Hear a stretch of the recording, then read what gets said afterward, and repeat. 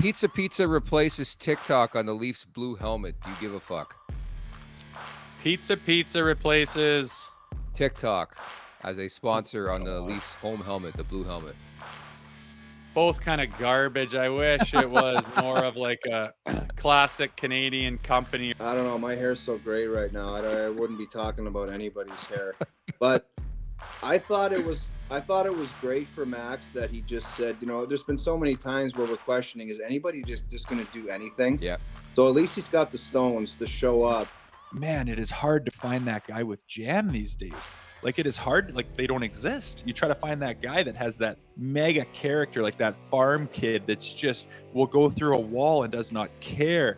Get in that guy's ear, make his life miserable, make him back off, let him know in warm up, hey, you better be strong on your feet tonight, buddy, because if I get one single chance to put you through the goddamn glass, I'm taking it.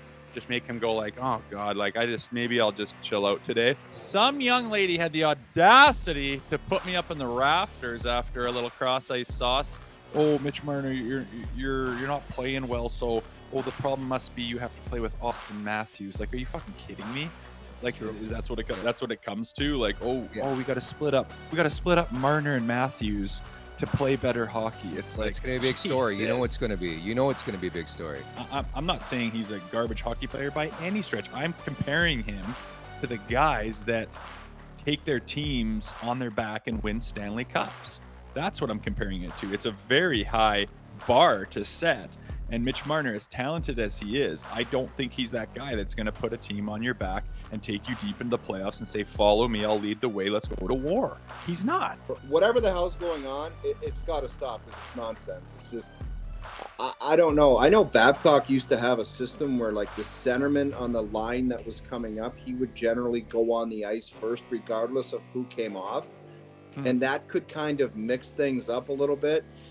But whatever it is, man, it's just it's a bad look. It's kind of a disorganized look, and it kind of reflects on Sheldon Keefe.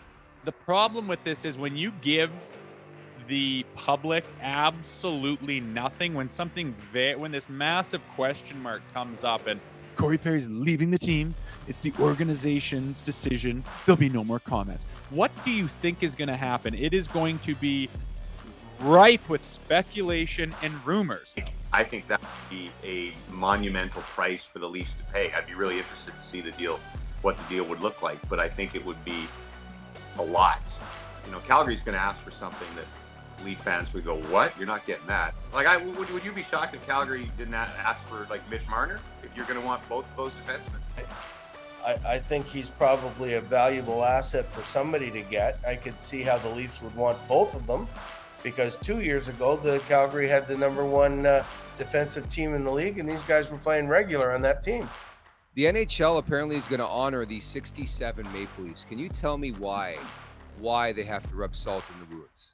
Reminds you of how long it's been, and these guys are not going to be the youngest fellas in the world, and they're going to come there and wave and get honored, and it's going to be like, man, when that guy was in his 20s is the last time that these guys got it done. He reminds me of a young Varlamov, a young Gibson, a young Freddie Anderson. He's all got that great it factor. Goalies. Yeah, I mean, all those guys were great goalies. I think this guy, even though name recognition isn't as much as you'd think it would be, I think he's that kind of goalie from what I've watched of him. And if you think you're going to go through an NHL season with the Toronto Maple Leafs just always just being even keel and level-headed, then I don't think you're the guy for the job, man. Like, it requires this sometimes, and I love it. I'm just going to say it. This team, the way it is right now, without some big changes being made, they're not going anywhere. They're not. They have tons of talent.